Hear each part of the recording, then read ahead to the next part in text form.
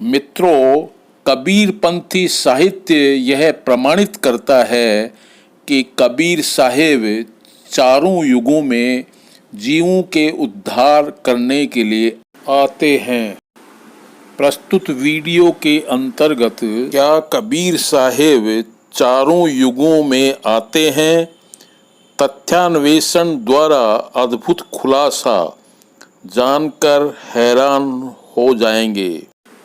भाग 2 में हम उनके त्रेता युगीन अवतार मुनिंद्र साहिब के बारे में विचार करेंगे। अनुराग सागर पृष्ठ संख्या 73 में लिखा है, सतयुग गयो त्रेता युग आवा, नाम मुनिंद्र जीव समुझावा। अर्थात त्रेता युग में कबीर साहिब मुनिंद्र साहिब के नाम से प्रख्यात हुए हैं। इसी बात को प्रमाणित करते हुए गरीब दास जी महाराज अपने ग्रंथ साहिब में कहते हैं, हम ही मुनिंद्र नाम धराए, हम ही जोग जीत होए आए। पृष्ठ संख्या 687। गरीब अनाहद धीरम भज ल्यो नाम मुनिंद्र कबीरम। पृष्ठ संख्या 688। सुरति कमल कैलाश कलंद्र बैठे सतगुरु धनी मुनिंद्र। 5 पृष्ठ संख्या 704।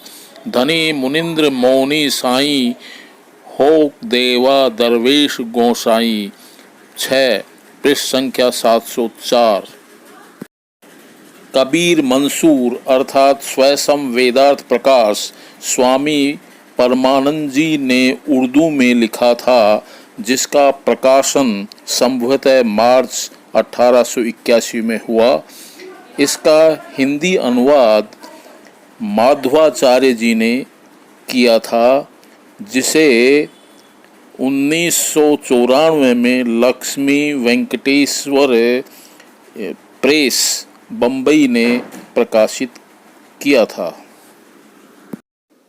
कबीर मंसूर का 13वां प्रकरण मुनिंद्र जी का मंदोदरी एवं रावण से मिलने का एवं 14वां प्रकरण उनका अयोध्या जाना और मधुकर आदि अनेक जीवों को उपदेश देने का विवरण प्रस्तुत करता है। इन दोनों प्रकरणों को अनुराग सागर से प्रमाणित भी किया गया है। मंदोदरी ने मुनिंद्र जी को दंडवत प्रणाम किया और आशीर्वाद पाया। चरण टेकी नायो शीसा, तब मुनिंद्र पुनि दीन आशीसा। पृष्ठ संख्या 75।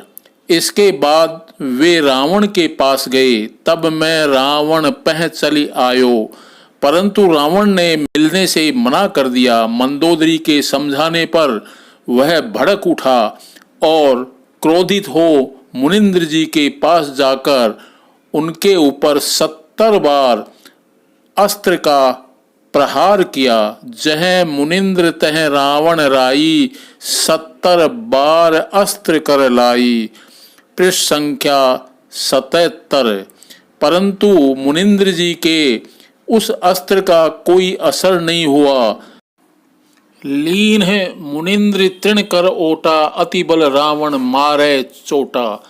तृण ओट यही कारणे, गर्व धरो राय हो, तेही कारणे यह युक्ति कीनी, लाज रावण आय हो।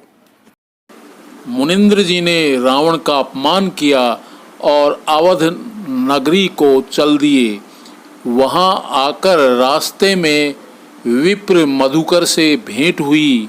वो मधुकर ब्राह्मण मुनिंद्र जी के शरणागत हो गया और उसको कुटुंब सहित मुनिंद्र जी साहिब ने भवसागर से पार कर दिया। रावण को कीन्हो अपमाना, अवध नगर पुनि कीन्ह पयाना। रावण को अपमान करी, तब अवध नगर ही आयहु, विप्र मधुकर मिलेउ मार्ग, दरस तिन मन पायऊ। मधुकर घर 16 जीव रहे ही, पुरुष संदेश सबन सु कहई, पृष्ठ संख्या 78। 110 जीव परवाना पाए, तिन कह लय सतलोक पठाए, पृष्ठ संख्या 79। कबीर मंसूर 14वां प्रकरण पृष्ठ संख्या 203 में लिखा गया है कि रामचंद्र जी और हनुमान इत्यादि को भी मुनिंद्र जी ने शिक्षा दी। उनकी कृपा से ही रामचंद्र जी समुद्र के ऊपर पुल बांधकर पार उतरे। मुनिंद्र जी महाराज ने ही जब सत्य रेखा लिखी तो उस सत्य नाम के प्रभाव से पत्थर जल पर तैरने लगे और रामचंद्र वानर की सेना सहित समुद्र को पार उतरकर लंका पर विजयी हुए। आप उस समय बहुतेरे ऋषि मुनियों को उपदेश करते फिरे।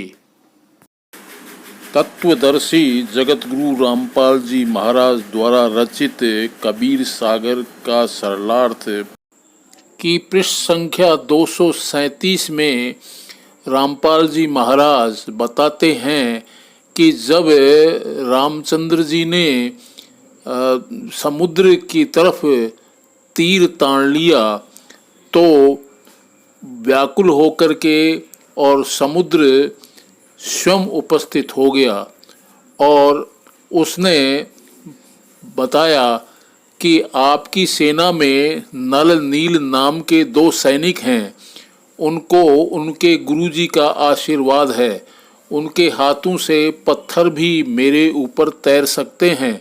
तब नल नील से पत्थर डालकर दिखाने को कहा तो नल नील ने अपनी महिमा चाही और गुरु को याद नहीं किया, जिस कारण से ऋषि मुनिंद्र जी ने उनकी शक्ति छीन ली। पत्थर डूब गए, समुद्र ने उनकी गलती बताई।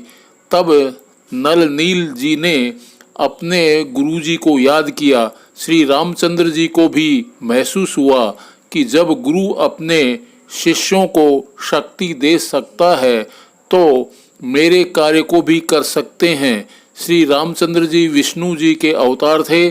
श्री विष्णु काल निरंजन के पुत्र हैं। जिस समय परमेश्वर कबीर जी प्रथम बार काल के लोक में आए थे तो ज्योति निरंजन ने पहले तो परमेश्वर के साथ झगड़ा किया था। जब वश नहीं चला तो चरणों में गिरकर क्षमा याचना की और कुछ आशीर्वाद भी लिए। उनमें से एक यह भी था कि मेरा अंश विष्णु त्रेता युग में रामचंद्र नाम से राजा दशरथ के घर जन्म लेगा, उसको वनवास होगा, उसके साथ उसकी पत्नी सीता भी होगी, उसे एक राक्षस लंका नगरी में उठाकर ले जाएगा। तब पृष्ठ संख्या 238 रामचंद्र समुद्र के ऊपर पुल बनाना चाहेगा, वह नहीं बना पाएगा, आप वह पुल बनवाना। दूसरा आशीर्वाद लिया था कि द्वापर युग में वही कृष्ण रूप में जन्मेगा। मृत्यु उपरांत वह जगन्नाथ नाम से पुरी नगर में समुद्र के किनारे मंदिर बनवाएगा। समुद्र उसको बनने नहीं देगा, आप उस मंदिर की समुद्र से रक्षा करना।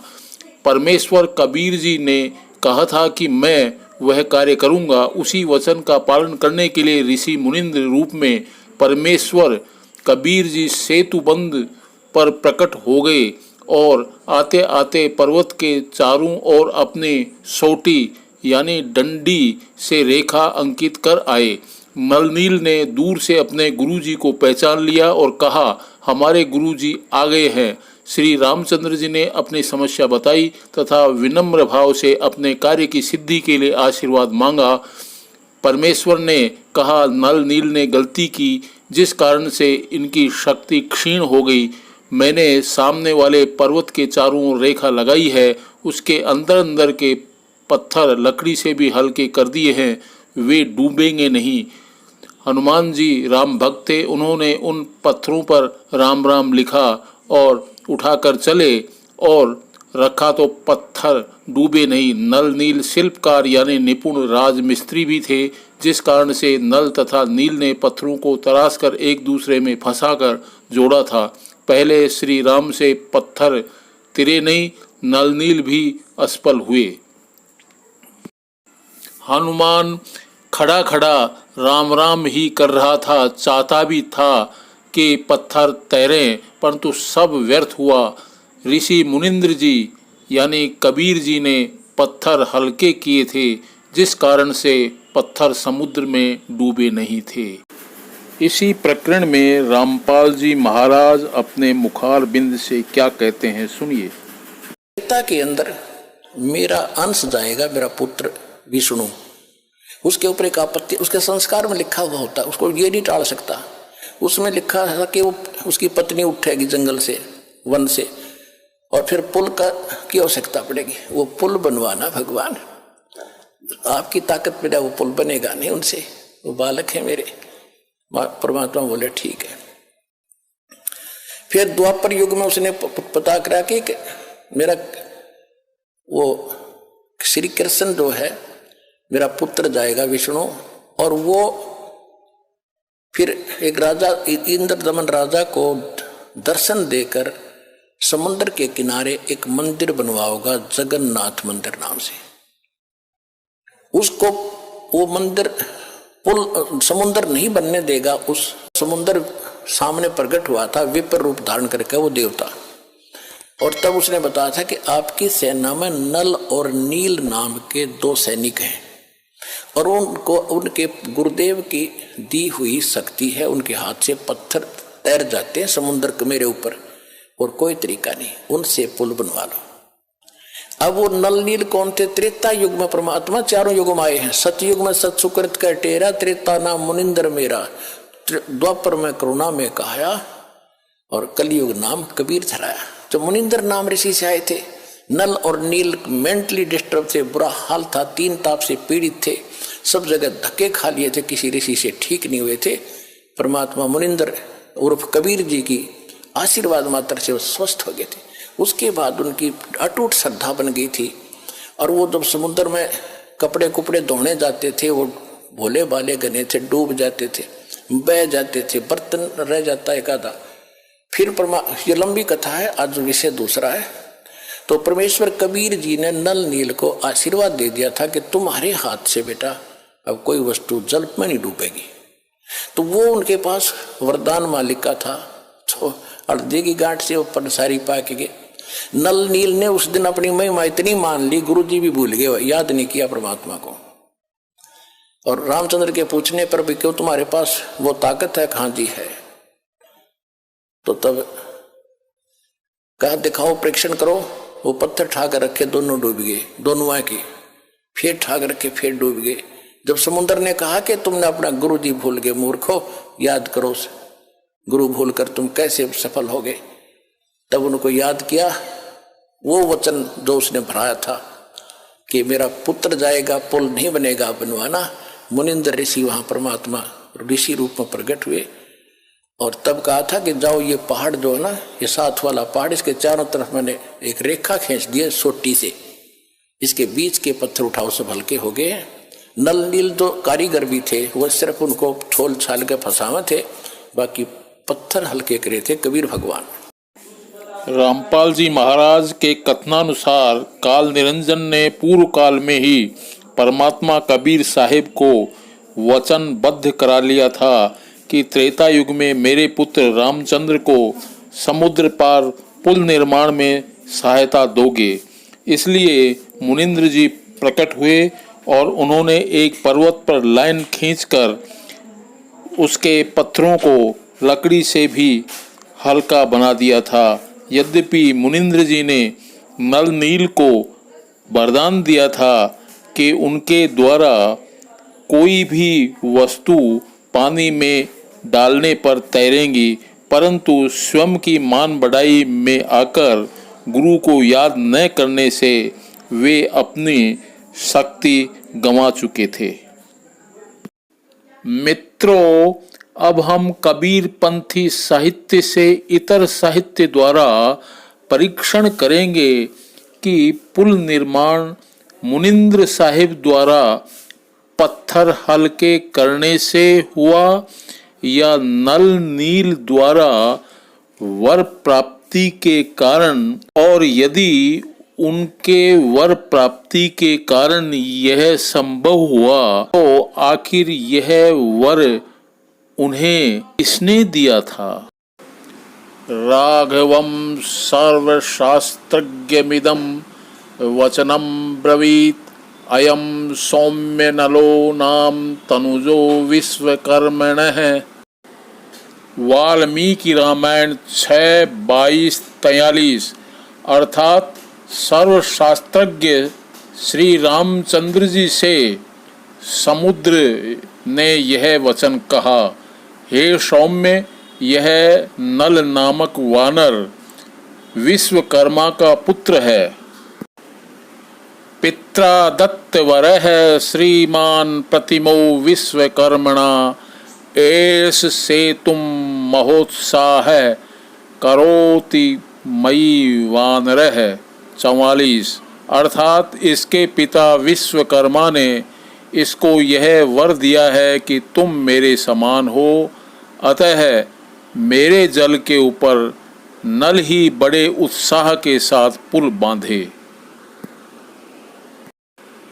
तमहम धारयिष्यामि तथा हेष यथा पिता एव मुक्तो दधीर्नष्टः समुत्थाय नलस्तदा। 45 अर्थात मैं इसके बनाए पुल को धारण करूँगा, क्योंकि जैसा इसका पिता है वैसा ही यह भी है। यह कहकर समुद्र अंतर्धान हो गया। तब नल नामक वानर उठा। अब्रवीद्वानर श्रेष्ठो वाक्यम रामम महाबलः अहम सेतुं करिष्यामि विस्तीर्णे वरुणालये। 46 पितुः सामर्थ्य मास्थाय तत्वमाह महोदधिः दंड एव वरो लोके पुरुषस्येति मे मतिः। 47 अर्थात उस वानर श्रेष्ठ महाबली वानर ने श्री राम जी से कहा, हे महाराज, समुद्र ने जो कुछ कहा वह सत्य है। मैं पिता के वरदान के प्रभाव से इस विस्तृत वरुणालय महासागर पर पुल बांधूंगा। इस संबंध में मैं यह अवश्य कहूँगा कि संसार में दंड ही सबसे बढ़कर काम बनाने वाला है। धिक क्षमां कृतज्ञेषु सांत्वं दानमथापि वा अयं हि सागरो भीमः सेतु कर्मदिदृक्षया। 48 ददौ दंड भयादगाधम राघवाय महोदधिः मम मातुर्वरो दत्तो मंदरे विश्वकर्मणा। 49 अर्थात उपकार न मानने वालों के प्रति क्षमा प्रदर्शित करना या उनको समझाना अथवा दान आदि से संतुष्ट करने का यत्न करना व्यर्थ है।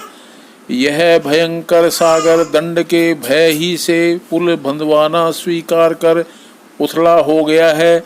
इस समुद्र की बात सुन मुझे याद आ गया कि विश्वकर्मा ने मंदराचल पर मेरी माता को यह वर दिया था।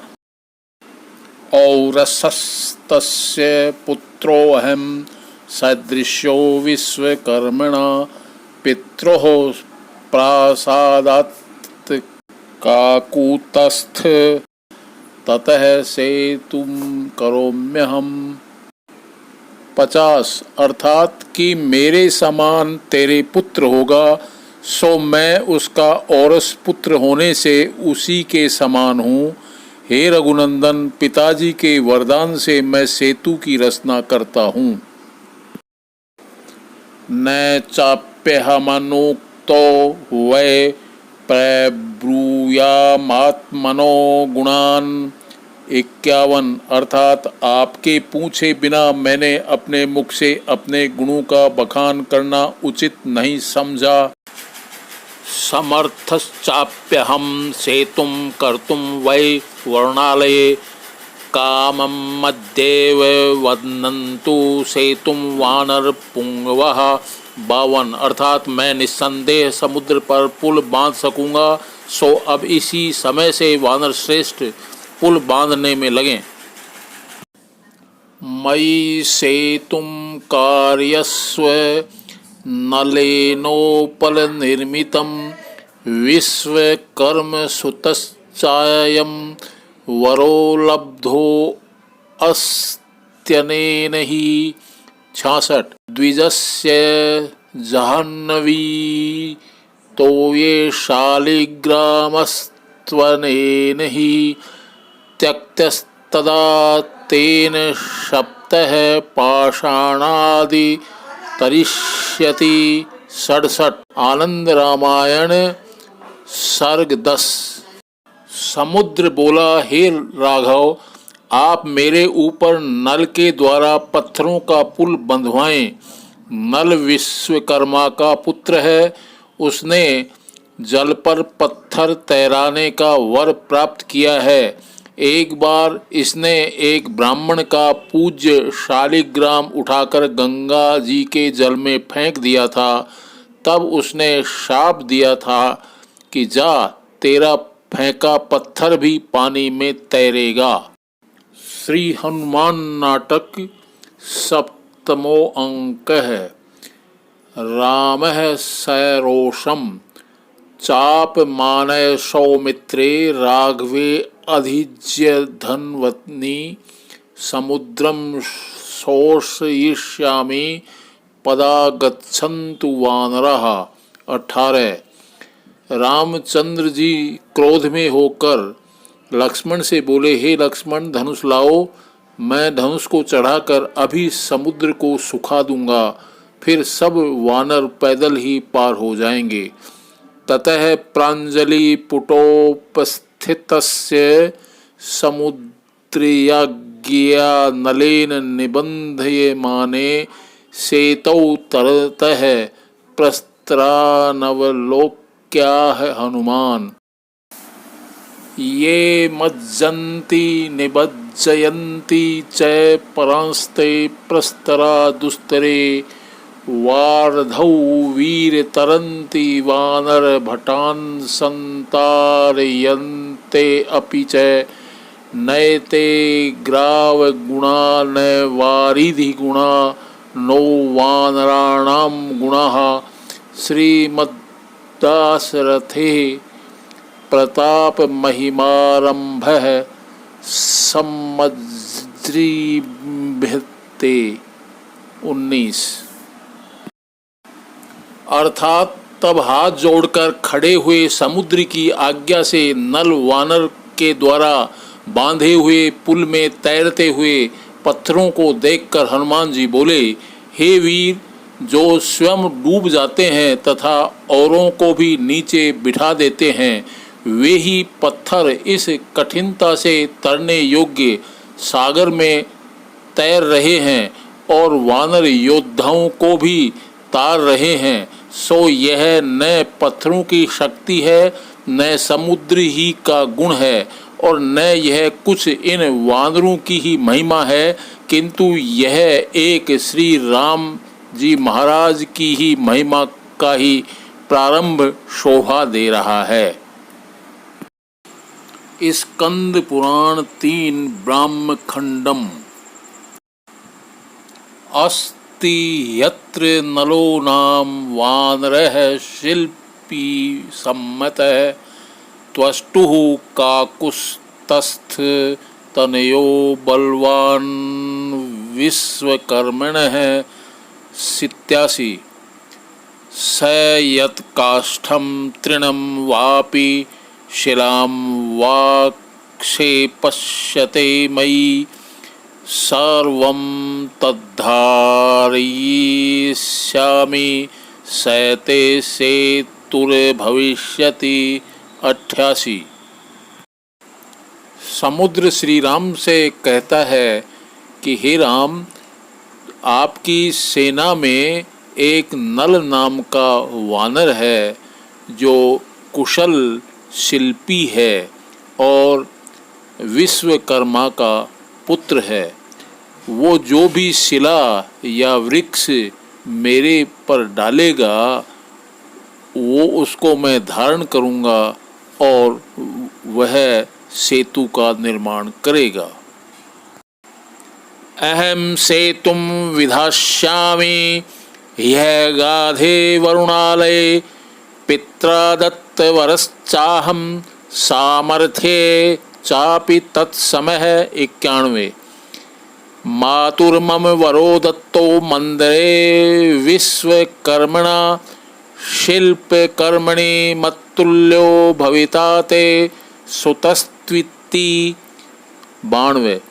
पुत्रो अहम मौरस्तस्य तुल्यो वै विश्वकर्मणा अद्यैव कामं बध्नं तु सेतुं वानरपुंगवः 93। नल श्री राम से बोलता है कि हे राम, मेरे अंदर मेरे पिता के समान सामर्थ्य है और मेरे पिता विश्वकर्मा ने मंदराचल पर्वत पर मेरी माता को यह वर दिया था कि तेरा पुत्र मेरे समान ही शिल्पकर्मी होगा। अतएव मैं विश्वकर्मा का पुत्र उनके समान ही समर्थवान हूँ और मैं आपके इस पुल का बांदरों की सहायता से अवश्य निर्माण करूँगा। मित्रों, कबीर पंथी इतर साहित्य का शेष भाग एवं निष्कर्ष भाग 3 में दिया जाएगा, अतः उसे अवश्य देखें।